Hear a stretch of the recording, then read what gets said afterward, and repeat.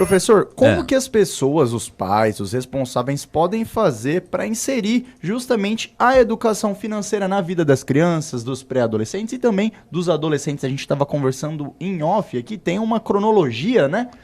A educação financeira, o fato de economia, esse negócio hoje vem no seu DNA. Na verdade, eu não sou favorável a isso não. Seu DNA é composto de economizar e não economizar. Então você precisa de uma orientação. E a orientação que nós temos aqui é o seguinte, de 2 a 6 anos você tem um estágio. De 6 a 13 anos você tem outro estágio. E após 13 anos você tem um outro estágio. São etapas, né? Etapas. Então vamos colocar aqui um negócio que é bem comum na casa de todos. É o tal do cofrinho. Isso é importante muito. O cofrinho de 2 a 6 anos, sabe o que você faz? Você incentiva a ele colocar a moeda, a ele perceber que a moeda é grande, é pequena, passa ou não passa, tal, e você vai aumentando. Então ele já tem uma noção, né? E aí ele tem noção de peso, tem noção de tudo aquele dinheiro. Aí, após esses 6 anos, né? Após esses 6 anos, então o que acontece? Você coloca um cofrinho para ele mais transparente. Tá? E aí quando ele vai colocando a moeda, então encheu, então chegou a hora ou de depositar ou de gastar aquele dinheiro. Após os 13 anos, o que você faz? Volta o cofrinho fechado e aí o que ele faz? Ele pega aquele cofre, ele vai perceber que tem o dinheiro e ele precisa comprar um videogame com aquilo. Ele abre e percebe que não dá. Aí ele começa a valorizar as coisas. Então eu passo a ter uma ideia do que o dinheiro que eu tenho não dá e por que não deu? Porque a minha economia não valeu a pena. Então aí você começa a valorizar o dinheiro. Ter educação financeira é uma coisa que você tem que fazer do lado lúdico, você entendeu? Você vai brincando e você vai. E de repente é isso. Mas a gente tem também algumas coisas que é lá da década de 80 por aí. Então eu diria para você que de 40 anos, que é o banco imobiliário. Eu brinquei. Quem nunca jogou, né? E se você brincou, e se você hoje, né, você pode falar, mas eu tenho dificuldade, eu brinquei isso, tenho dificuldade. Tem nada, você teria muito mais dificuldade se você não brincou com isso. Então, o pai... Eu já comprei vários terrenos, imóveis na Avenida Paulista, no Brooklyn. Olha para você ver como é que é interessante isso, né? Higienópolis. Do Higienópolis. Exatamente. E aí te traz o quê? Te traz uma ideia, você entendeu? Te traz uma ideia do quanto guardar, do quanto economizar. Isso eu quero, mas não posso. Ou isso eu posso, mas não me vale a pena. Então você começa a entender as coisas. Professora, eu tenho um filho, né, de 14 anos e eu vejo essa dificuldade nessa geração quanto à frustração.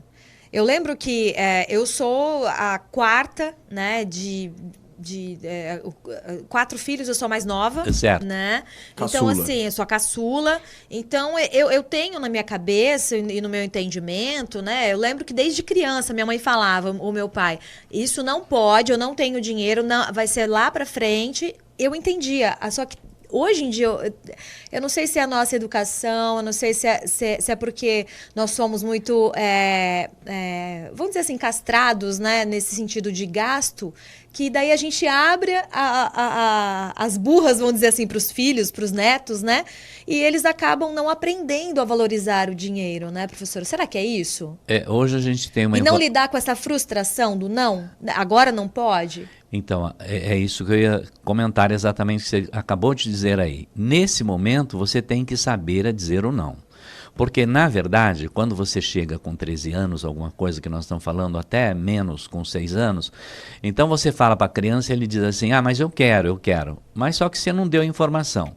E, em contrapartida, tem um meio externo dizendo, olha, se você não der, ele vai ficar frustrado. É aí que mora o perigo. Aí você vai ter que levar seu filho por uma assistência e esse negócio todinho. Então é melhor você entender o seguinte, né? Pelo menos dentro da educação financeira.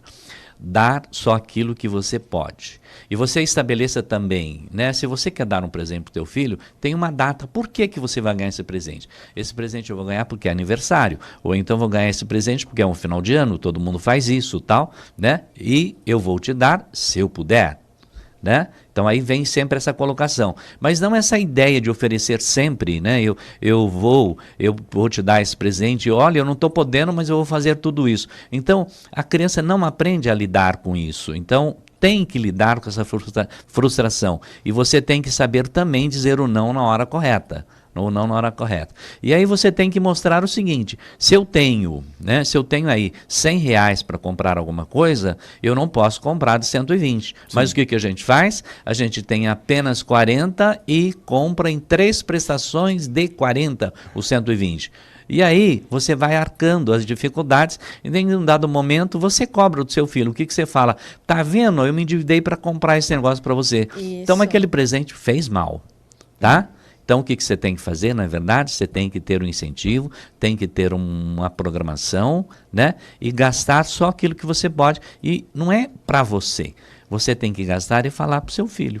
Eu digo isso porque hoje eu tenho um filho adolescente, né? Eu acredito que os pais que estão me ouvindo, que têm filhos adolescentes e jovens, vão se identificar. Se você não ensina quando criança, quando chega nessa fase de adolescente e de jovem, você não segura mais, professor. Porque daí os presentes ficam mais caros. Daí é o iPhone, daí é um carro, né? Então, assim, eu acho que os limites, né, realmente, da economia precisam realmente começar desde... O senhor falou 2, né? 2 anos. Isso que eu ia perguntar, Dos tem uma idade, aninhos, né? Dos 2 aninhos. Tipo, olha, eu lembro que não que o que eu faço seja lei, mas eu lembro que chega uma fase que você não pode ir no shopping com a criança, né? Não. A criança, eu quero isso, quero brinquedo, eu não podia passar na frente da loja de brinquedo. Então, assim, o que aconteceu? Eu tive que, antes de sair de casa, falar, olha, a gente vai pro shopping, mas só que a gente vai em tal lugar, né? Você tem que dar essas regras para a criança, porque senão toda vez que você for sair, você tem que comprar alguma coisa, né, professor? E aí quando você está com 6 anos, Paula, complementando isso que você está dizendo, quando você chega aí com 6 anos, então você leva a criança alguma coisa, mas você já sai de casa, né? Você já sai de casa com aquilo, né? Combinado. Né? Porque com 6 anos, além do cofrinho, você tem já a ideia da mesada. Ah, sim. Tá? Tem a ideia da mesada. E a ideia da mesada, então, você dá aquele dinheiro durante 30 dias. A primeira vez da mesada, sabe o que vai acontecer? Ele vai gastar tudo de uma vez, certo? Então, aí, o que você faz? Você divide em 2 vezes. Então, você vai dar R$50, você dá 25, depois você dá 25. Então, aí, ele já começou, dividiu em 2 vezes. Aí, ele começa a entender. Aí, você fala, mas eu quero o brinquedo custa 60 e eu não tenho. Então, nós vamos fazer o seguinte, esse brinquedo só dá para comprar o mês que vem, porque agora nós só temos 50. Não dá para você comprar. Então, aí ele vai perceber que ele vai comprar aquele brinquedo com a mesada dele, mas aí ele já tem 75, ele tinha 50, com 25 mais o que eu vou dar, 75. Já sobrou 15. Então, ele começa a entender e é por aí que você vai montando. E aí você forma um cidadão de bem, economicamente e financeiramente bem resolvido. Frustrado, porque todos nós somos frustrados. Eu queria estar comprando uma Ferrari hoje, mas não posso.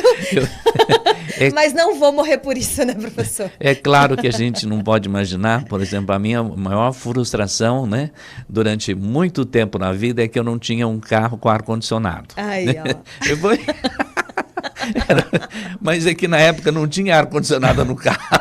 Mas só que, professor, a gente precisa se frustrar para crescer, né? Sim, e hoje em dia é muito difícil. Os pais não querem que os filhos se frustrem, que os filhos tenham uma decepção. Mas isso faz parte da vida. Na vida a gente não tem tudo. Só o sim fica muito sem graça. A vida, quando você não tem a possibilidade, você entendeu? Quando você não tem a possibilidade de lutar por alguma coisa e tudo que eu quero eu consigo, tudo que eu quero eu consigo, então a gente fica meio frustrado. Você entendeu como é que é? Então não é bem assim, não. A vida é feita de sim, de não, com dinheiro ou sem dinheiro, alguma coisa. Mas fica aqui uma ideia de que as pessoas têm que lutar, mesmo sem o dinheiro ou com o dinheiro. Então, os pais que têm o dinheiro, alguma coisa parecida, deixem os seus filhos conseguir alguma coisa, que aí ele será financeiramente mais bem resolvido, e aí o negócio, né, ele vai ter um negócio bem claramente para conseguir alguma coisa melhor. Professor, sobre contas para criança, contas em banco, né, para crianças. O senhor é a favor? O senhor acha que os pais... Porque hoje tem, e os bancos até incentivam para ensinar a criança a mexer com cartão, com a própria conta em banco. O que o senhor acha sobre isso? Olha, A conta em banco, isso aí eu já estou indicando, então, após os 13, 14 anos, ela é bastante interessante. Mas me desculpe o pessoal da internet, esse negócio todinho, eu quero dizer para você o seguinte, essa conta em banco tem que ser uma conta física. Física, né? Física, uma conta física, em que a pessoa vai ao banco, ele tem acesso, ele tem o contato com outro. Não bancos virtuais, né? Não, porque o banco virtual, hoje ele é simplesmente fantástico, né? Com certeza os demais vão desaparecer, mas ainda, para jovem, ele é muito sediador, né? Como assim? Você acaba... Não traz a seriedade que talvez tenha aquela instituição na vida daquela pessoa que não está acostumada e tal? É nesse sentido? Não, ele te dá a facilidade, momentaneamente, de você cometer erros que... Até o fato de você ir a uma agência física para fazer aquilo, você não comete. Por exemplo, se eu estiver... Hoje nós temos uma ferramenta fantástica no mundo, né? Aí depois de 1990, por aí, que é o marketing. Então, a partir do momento em que eu abro aquilo ali, né? Eu entro, então, automaticamente, se eu tenho R$200 ou R$300, eu acabo comprando coisas que vai me trazer um arrependimento depois. Então, para que não tenha esse arrependimento, é preciso ter o contato com a outra pessoa. Então, eu sou extremamente favorável à conta, mas de preferência que seja preparado, tá? E que tenha uma pessoa junto, tá? Tem um adulto junto, né? Para você não ter esse gasto fora do contexto. Eu acredito que até filhos de pais separados, essa conta, ter uma conta em banco, né, para essa criança, para esse adolescente, é até mais interessante, né? Porque daí os pais têm um certo controle do que tá dando, entra, do né? que entra, o que sai, né, de Exatamente, dinheiro. né? Porque então, podemos dizer assim, eu tenho uma conta conjunta, vamos imaginar, uma conta de controle. Então, isso é muito importante. Agora, a existência de uma conta e que te dá liberdade de você comprar, isso é muito interessante, mas é uma liberdade vigiada, você entendeu? Essa liberdade total não é aconselhável, né? E mesmo assim, né, hoje nós podemos dizer que a adolescência vai até os 30 anos. Ai, meu Deus.